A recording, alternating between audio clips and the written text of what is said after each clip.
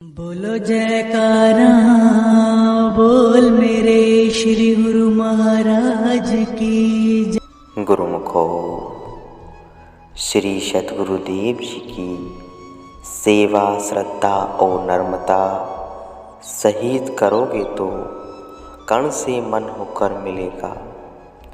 श्री सद्गुरुदेव सेवा से जी जब प्रेम उत्पन्न होता है तो आत्मा में शक्ति आ जाती है। उसी बल या शक्ति से मन पर विजय प्राप्त की जा सकती है। श्री सद्गुरुदेव का दरबार इस संसार में परम सुख का धाम है।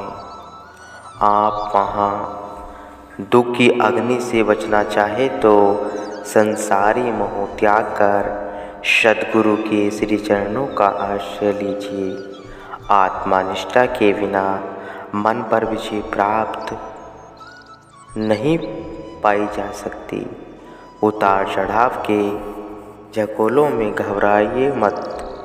हे सेवक, रूहानी मार्ग में रहकर रहवर को न छोड़ो, मन का कहना मत मानो और सद्गुरुदेव की आज्ञा सत्कर मानो। श्री सद्गुरुदेव के ध्यान का शस्त्र हाथ में लेकर और शब्द की धार बनाकर मन से सामना करेंगे तो उसमें इतनी सामर्थ्य कहाँ जो आपके सम्मुख ठहर सके। यदि सद्गुरु का शब्द आपके साथ है तो वे प्रत्येक कठिनाइयों में आपकी निगरानी व रक्षा करेंगे। शब्द आपकी आत्मा है और शब्द ही परमात्मा है। शब्द ही सुखों की खान है। आप शब्द की कमाई करके तो आपके सुप्त भाग्य भी जागृत हो जाएंगे। श्री सद्गुरुदेव ये आदि पुरुष हैं और जब कुछ जानने वाले हैं वे आपकी भावना अनुकूल ही फल देंगे। वे त्रुटियों को क्षमा करने वाले हैं और पतित को उनके नाम रूपी जहाज पर चढ़कर पार हो सकते हैं। वे चतुराई से नहीं रिश्ते, परंतु यदि हृदय में प्रेम होगा तो वे आपके पास आए बिना भी नहीं रह सकेंगे और बिना याचना किए ही स्वतः आपको सुख प्रदान करेंगे। जिसके सिर पर श्री सद्गुरुदेव का हाथ है उसकी हानि कदापि न होगी और प्रत्येक स्थान पर उसे विजय ही प्राप्त होगी। भक्ति के मार्ग में 5 रत्न प्रेम, नीति, युक्ति, नम्रता और श्री आज्ञा का आधार साथ लेकर चलेंगे तो यह यात्रा सरलतापूर्वक पूर्ण होगी। उन्हीं आत्माओं पर श्री सद्गुरुदेव जी की प्रसन्नता होती है जो अहंकारियों से भी नम्रता का व्यवहार करते हैं। यदि आप सद्गुरुदेव के ध्यान को न भुलावे और सदैव उन्हें याद रखें तो आपको ऐसे सुख की प्राप्ति होगी जिसका आदि अंत ही नहीं। यदि आप श्री सद्गुरुदेव जी की कृपा दृष्टि चाहते हो तो उनका ध्यान व सुमरन प्रेम से करें और 8 याम उनकी पावन मूर्ति को दिल से विस्मित न करें तथा उस छवि को हृदय सिंहासन पर विराजमान करें। उन्हें दोनों कर छोड़ अनुयाय विना करें।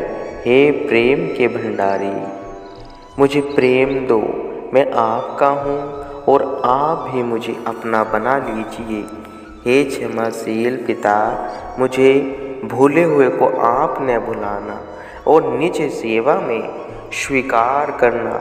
यदि आप प्रभु को ढूंढना चाहते हो तो अन्य स्थान पर भटक कर समय व्यर्थ नष्ट मत करें। मालिक के प्रेमियों से मिलो जो उन्हें पाने की युक्ति जानते हैं। यदि आप सद्गुरु का निश्चिंतन करेंगे तो वे सर्व सामर्थ्य आपके सभी कार्यों की चिंता करेंगे और आपका संपूर्ण उत्तरदायित्व स्वयं संभाल लेंगे। सच्चे सेवक से ही सद्गुरु एक क्षण भी दूर नहीं रहते, इसलिए उन्हें कष्ट स्पर्श नहीं करता और सदैव आनंदित रहते हैं। जिनको श्री सद्गुरुदेव का आश्रय और उन पर विश्वास होता है, वे कभी भयभीत नहीं होते। सच्चे सेवक के प्रति सद्गुरुदेव का यह आदेश है कि हम आपके संरक्षक हैं और आप किसी से भय मत करिए, सदैव प्रसन्नचित्त रहिए। चिंता करने के से विचार बुद्धि क्षीण होती है और सद्गुरु के ध्यान से विवेक होता है। हे सेवक, अन्य सब बातें विस्मृत कर तू त्रिकुटी में ध्यान लगा। वहाँ तेरे इष्ट का निवास स्थान है। उनके पावन श्री चरण कमल हृदय में बसा है। श्री भगवान जी के अटल वचन है कि हम अपने प्रेमी सेवक की प्रेम डोरी में सदैव बंधे रहते हैं। प्रेम रूपी रत्न साथ हो तो यंत्र तंत्र आनंदित प्राप्त होगा। अन्य सब आशाएं त्याग कर श्री सद्गुरुदेव से भक्ति दान की याचना करो। अन्य सभी पदार्थों को विलग हो जाएंगे, परंतु भक्ति साथ नहीं छोड़ेगी। भक्ति मार्ग में गुरु कृपा जैसी अनुपम अन्य कोई वस्तु नहीं। जिसको यह प्राप्त हो जाए, उसे कोई भी कष्ट क्लेश कलुषित नहीं कर सकता।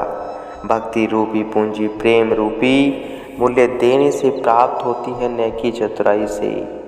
हे मन, इस बात को तू दृढ़तापूर्वक निश्चय कर ले कि सद्गुरु देव जैसा हितैषी अन्य कोई नहीं है और वे सच्चे प्रेम से ही तेरे बन सकते हैं। तू चतुराई को त्याग दे। लोहा पारस से मिलकर अथवा स्पर्श कर सोना बन जाता है, इसी प्रकार सेवक का दिल सद्गुरु की मौज से मिलकर एक रूप हो सकता है। जिस प्रकार लोहे और पारस के मध्य यदि सूक्ष्म से सूक्ष्म आवरण भी होगा तो सोने में परावर्तित होना असंभव होगा, इसी प्रकार जहाँ कपट और चतुराई का आवरण होगा, वहाँ मालिक से एक रूपता होनी संभव नहीं है। सद्गुरु की प्रेम भक्ति एक अमोलक रत्न है, जिस मूल्य पर भी तुझे मिले लेने में देरी न करे। यदि आप यह जानते हैं कि हमारा मनुष्य जन्म सफल हो तो श्री सद्गुरुदेव का ध्यान न भुलाए और आठों पहर उनका सुमरण करे। गुरुमुखो।